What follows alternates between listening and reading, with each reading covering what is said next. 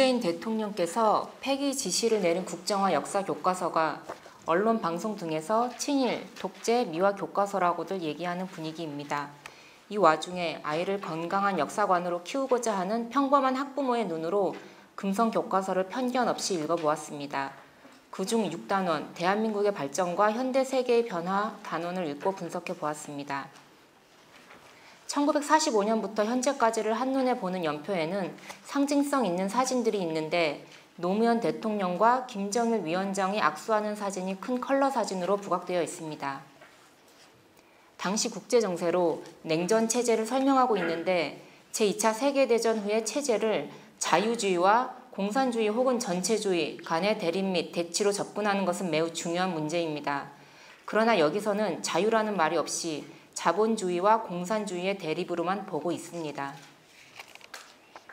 소련이 1945년 8월 8일 대일 선전 포고를 하고 만주로 밀고 내려오면서 한반도까지 모두 점령할 기세를 보이자 소련군의 한반도 단독 점령을 우려하여 미국이 38도선 분할 점령안을 제시한 것을 이를 분단의 원인인 것처럼 기술하고 있습니다. 또한 미 군정청은 편의성을 위해 친일파 청산을 하지 않았다며 현상 유지 정책이라는 부정적 표현으로 소련 군정은 행정권도 넘겨주고 간접 통치 방식이라는 긍정적 표현으로 평가하고 있습니다. 민족이라는 단어가 유난히 눈에 띄는데요.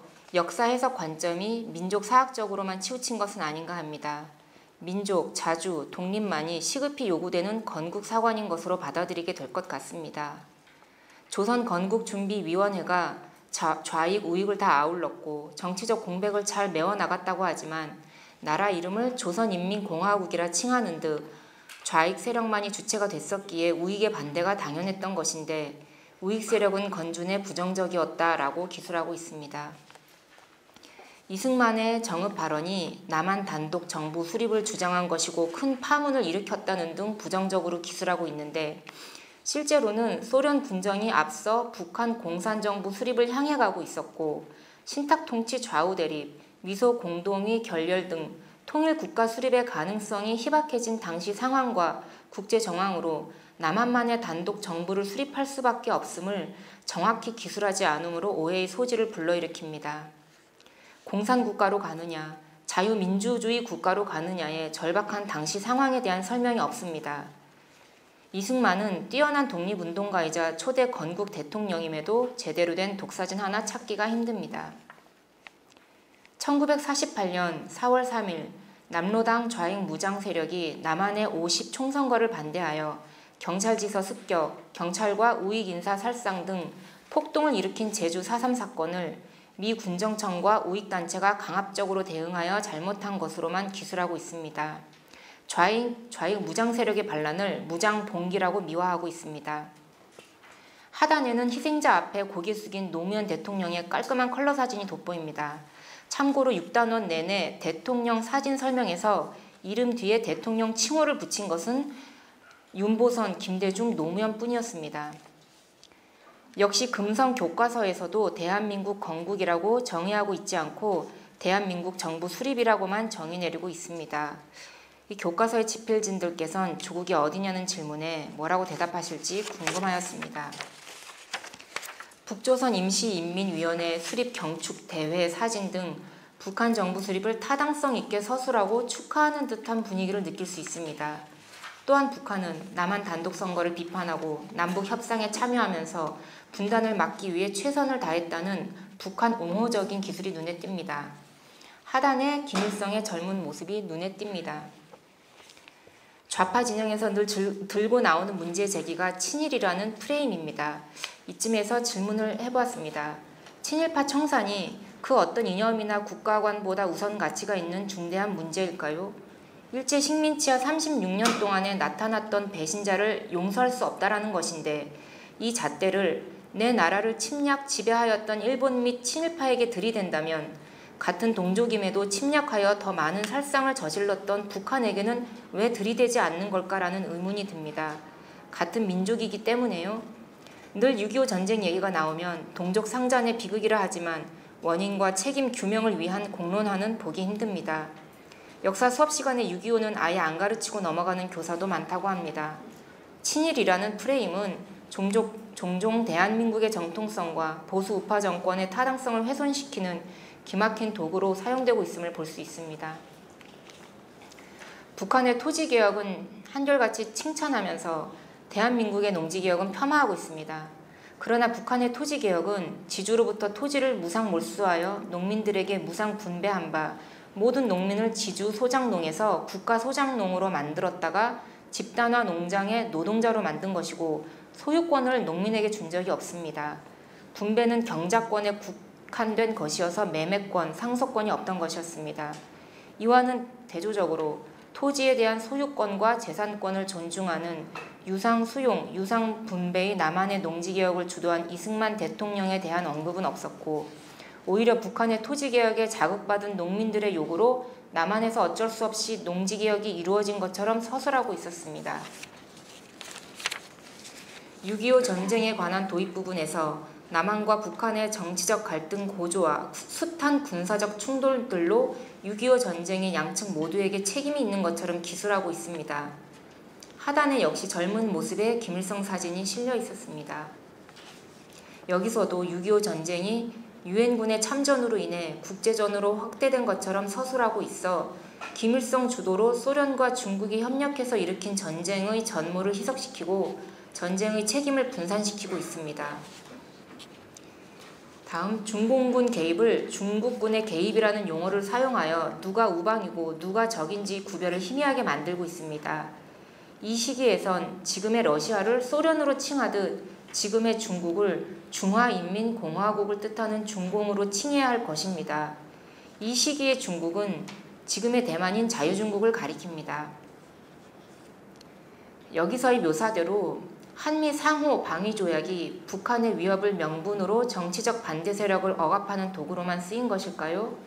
한미 상호 방위 조약으로 인해 6.25 이후 한반도의 강력한 전쟁 억제 효과와 해외 자본의 자유로운 유입이 오늘날까지 이루어지고 있다는 사실은 명시되어야 할 것입니다.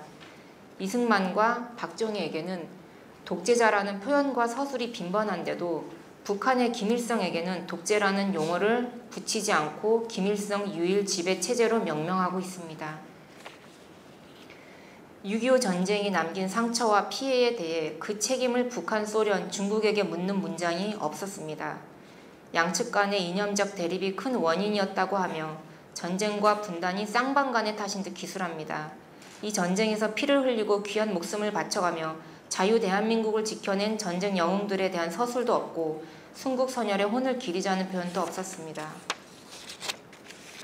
미군의 원조를 비판적으로 평가하고 있습니다. 파란색 밑줄에 긍정적 평가도 있지만 빨간색 밑줄에 부정적 평가로 문장들을 마무리하고 있습니다. 미국의 농산물 원조에 대한 악의적 왜곡이라 하지 않을 수 없습니다. 반면 공산 국가들의 북한 원조에 대해서는 무비판적으로 서술하고 있습니다.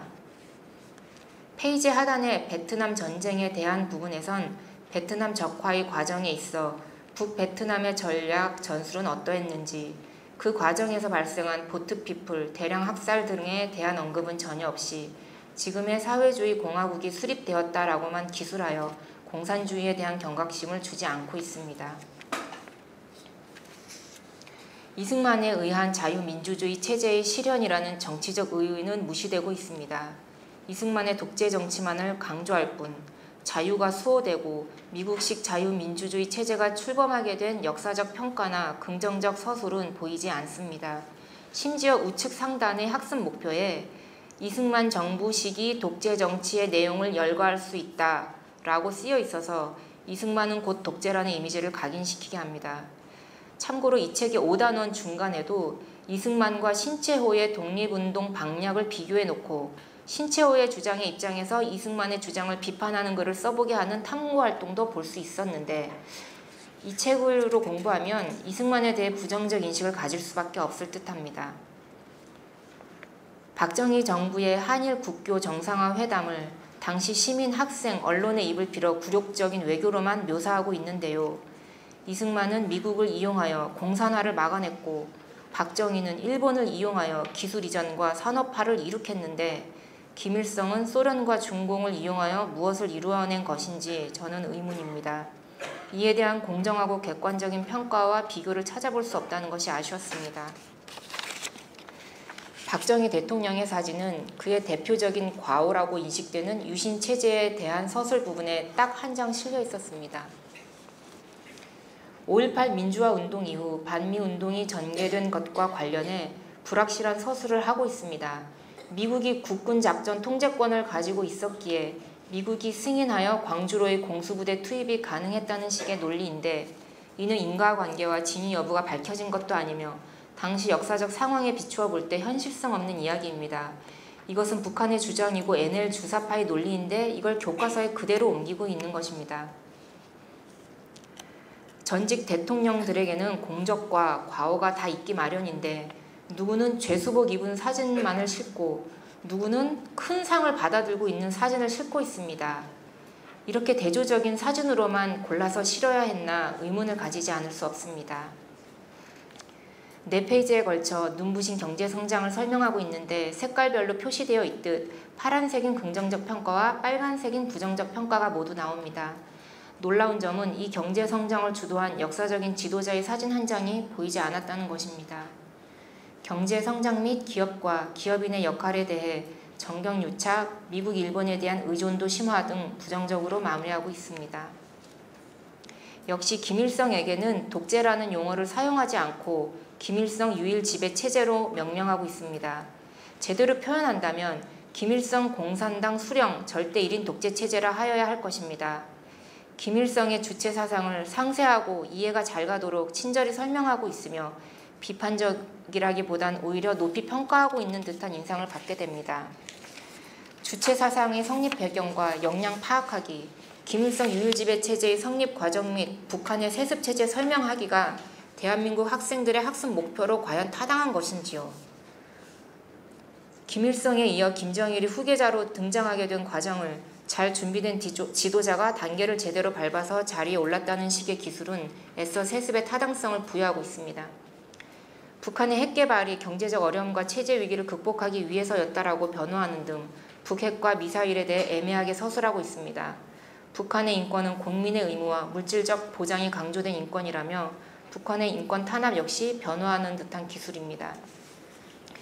김대중과 노무현의 대북 정책만을 칭송하며 남북 정상회담 시 김대중 대통령과 김정일의 환한 미소와 손을 맞잡은 이미지를 보여주고 있습니다. 대한민국 역사 교과서에 김일성, 김정일의 사진은 하나같이 젊거나 밝아 보이는 이미지로만 싣고 있는 것입니다. 금강산 관광 중단의 원인인 박왕자 씨 총살 사건도 드러내지 않는 등 북한 정권의 불리한 사건들을 은폐 축소하고 있고 북한의 9대 대남 도발에 대해선 언급이 거의 없습니다. 햇볕 정책의 결과로 긍정적 결과만 열거하고 있는데 가장 결정적 결과인 핵개발 자금으로 쓰였다는 사실이 전혀 나와 있지 않습니다. 6.15 남북 공동선언에서 두 번째 항목의 낮은 단계 연방제 통일이란 좌파 진영에서 미군 철수와 더불어 일관되게 요구하는 주제로 이는 대한민국의 정통성을 부정하는 것입니다.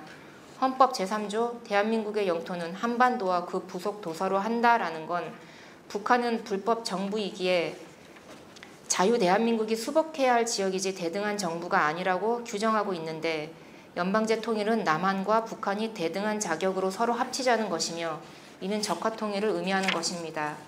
어느덧 연방제 통일을 공약으로 내거는 대선 후보가 하나둘 눈에 띄다가 대통령으로까지 당선된 현실을 살게 되었습니다. 이 교과서를 보는 학생들 중에 연방제 통일에 대해 제대로 이해하고 있고 그 결과를 예측할 수 있는 학생은 과연 얼마나 될지 심히 마음이 무겁습니다. 이로써 금성고등학교 한국사 분석을 마치겠습니다. 감사합니다.